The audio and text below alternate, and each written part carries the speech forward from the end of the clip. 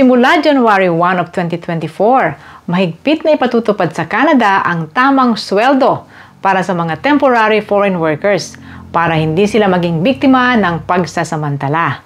At yan ay magiging requirement para sa work permit application. Ano ang details nito? Yan po ang ating pag-uusapan, kaya stay tuned and don't forget to subscribe to my channel. Hello guys and welcome back! Si Ate Menchi po ito sa ating channel. Maghahatid tayo muli ng impormasyon tungkol sa pagtatrabaho dito sa Canada. Kung interesado kayo sa ganitong mga topic, you may consider subscribing sa Menchi's Philcan Life. You can share my video sa mga friends ninyo. You can also follow me sa aking Facebook page na Menchi's Philcan Life, and you can join and be a member of this channel. In that note guys, gusto kong pasalamatan ang ating mga channel members. Hello kay Joy Axcor Cueva, Richelle Malag, Alma Napoles Lequin, Nani Emmy Edith Cinco, kay John Canlas, Andy Lauron, Chevy Del Lanado, kay Lizelle Belenson, Imelda Leal, JMC, Joy Alicando, kay Marjorie Ramos, Marciano, and Nympha. Salamat guys sa inyong suporta sa ating channel. At ngayon guys, punta na tayo sa ating topic right away. Okay, bagong requirement po ito sa mga employers dito sa Canada. Ang nagre-require po ay ang ating IRCC o ang Government of Canada. Ito ay tungkol sa pag-hire sa mga foreign workers na kailangan protektahan ang karapatan ng mga foreign workers.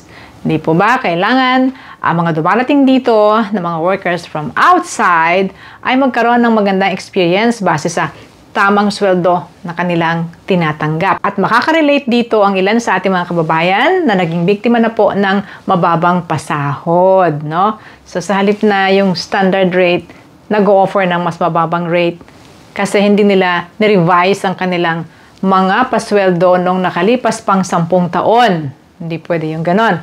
So guys, mula sa January 1 of 2024, ay inaatasan na ang mga employers sa Canada na i-review nila yung kanilang wages o mga sweldo para sa temporary foreign workers.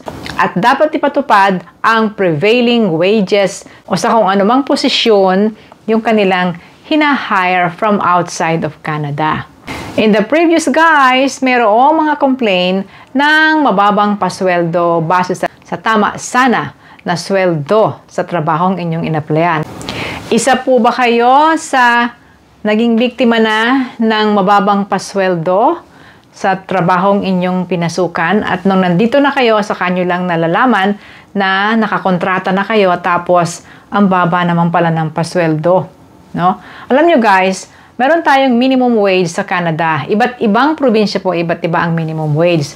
So, kung ang sweldo ninyo sa trabahong inaplayan nyo should be on the minimum wage, dapat huwag bababa dun sa minimum wage.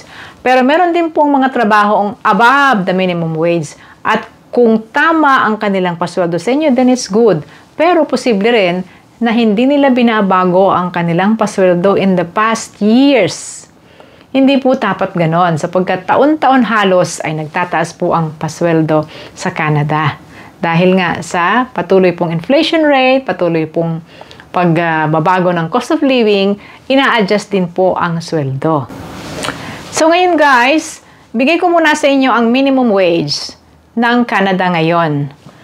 Ang Nunavut po ang magkakaroon ng pinakamataas na sweldo by January 1 of 2024, $19 per hour.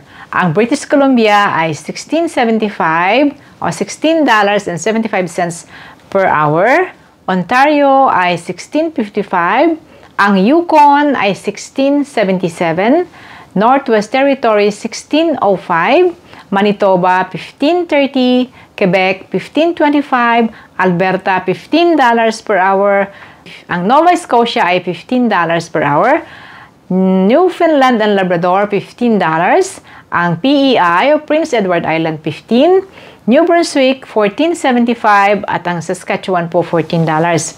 So, mas mataas po na cost of living, mas mataas din na sweldo or minimum wage. Ganyan po nila sineset up ang sweldohan sa bawat probinsya ng Canada. Ito yung minimum lang guys. Kung ang trabaho nyo is mas mataas sa minimum wage, then it should reflect the right amount ng sweldo. Yun po ang sinasabi sa ating bagong instruction. Ito po ang mga bagong instructions ngayon ng pamahalaan ng Canada para sa mga employers na nagha-hire ng foreign workers. Unang-una, dapat magkaroon sila ng review ng mga pasweldo sa mga empleyado. Ito namang mga kumpanyang ito guys ay regular na nagha-hire abroad, di ba? At kung yung kanilang sweldo ay itinakda nila many years ago at patuloy pa rin yun ang ino-offer nila sa mga workers, then it's wrong. Diba? Itama nila sa correct prevailing wages. At ipatutupad rin po until August 30 of 2024. So these are the changes in the coming years, guys. Ay ngayon, patapos na ang 2023. Kaya inaagapan nating ibalita sa inyo ang gantong mga pagbabago. Pinapayagan po ang mga company or ang mga employers na mag-hire ng 30% ng kanilang foreign workers sa low wage positions. So, pag sinabing low wage, guys, ayan yung below the median ng isang probinsya. Magkano ba ang median ng isang probinsya? If you will search in your browser, guys, makikita ninyo doon. Median wages in Canada, makikita niyo iba't ibang probinsya, iba't ibang median wage. Yung median nun, halimbawa, $20 or $22 ang median. Pag sinabi pong low wage, yun ay below the median. Ayan, kasama na yung minimum wage. Okay? So, pinapayagan silang mag-hire ng 30% ng kanilang empleyado. So, marami yun, guys. Ang ibig sabihin nito, they can hire more foreign workers. Ano naman ang impact nito sa inyo dahil low wage siya? Well, meron kayong pagkakataon to use this low wage as your stepping stone to come to Canada. 7 sectors, guys, yung pinapayagan ang mga employers na mag-hire ng 30% ng staff nila is within the low wage category ng foreign workers. Ano-anong mga sectors yon? Food and manufacturing, wood product manufacturing, furniture and related product manufacturing, accommodation and food services. Accommodation po, mga hotel, mga ganyan, tsaka mga food services, mga restaurant, mga fast food. Construction, hospitals, ay kasama ang hospitals. At nursing and residential care facilities, mga nursing home at saka long-term care. Wow, ang dami nitong areas na ito. Hospital na lang at sa nursing homes, napakarami po niyan sa Canada. So, ibig sabihin nito, there's more opportunities for foreign workers to come into Canada kahit sila ay nasa low wage salary. Another one, there will be a duration cap of employment of 2 years sa mga posisyon sa ilalim ng provincial at territorial minimum wage. 2 years of minimum employment. Ibig sabihin yan ang pinakamababa na term ng inyong contract.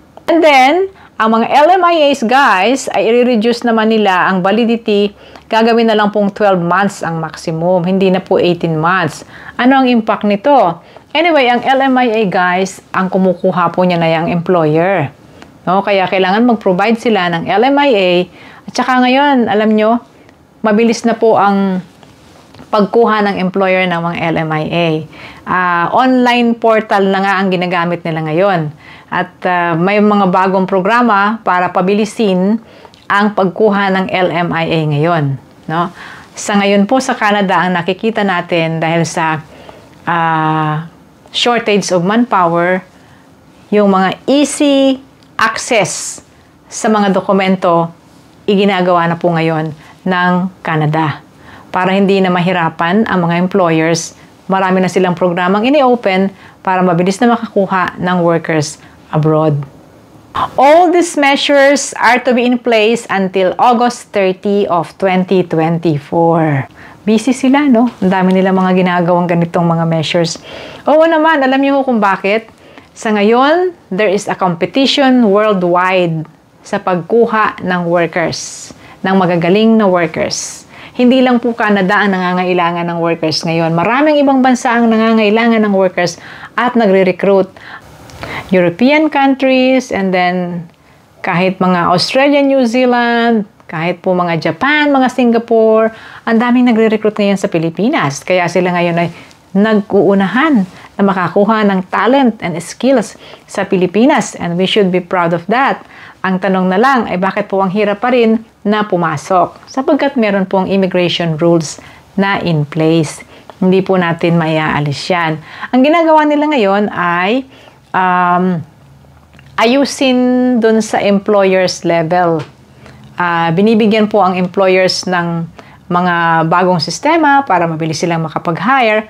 Pero gusto rin naman ng Canada na tama ang lahat. Huwag magsamantala. These are special measures to help employers hire more temporary foreign workers. Ito raw po yung bahagi ng tinatawag nilang Workforce Solution Roadmap for Temporary Foreign Workers Program. Ayun, may roadmap talaga pala, no? Merong daanan para sa mga temporary workers na makapunta dito sa... So guys, yan na muna. Sana ang balitang ito ay higit na maka-inspire sa inyo. Thank you for watching. Salamat sa inyo na mga nanood. Kung nagustuhan nyo ang ating topic, you may consider subscribing sa Manches Philcan Life. You can also share my video sa mga friends nyo, and you can follow me sa ating Facebook page na Manches Philcan Life. And you can also join and be a member of this channel. Salamat po sa ating mga channel members. Hello kay Joy Ax Corcueva, Richelle Dumalag, Alma Napoles Lequin, Nani Emmy Edith Cinco, kay John Canlas, Andy Lauron, Chevy Del Lanado, kay Lizelle Belenson, Imelda Leal, JMC, Joy Alicando, kay Marjorie Ramos, Marciano, and Nympha. Salamat guys sa inyong suporta sa ating channel.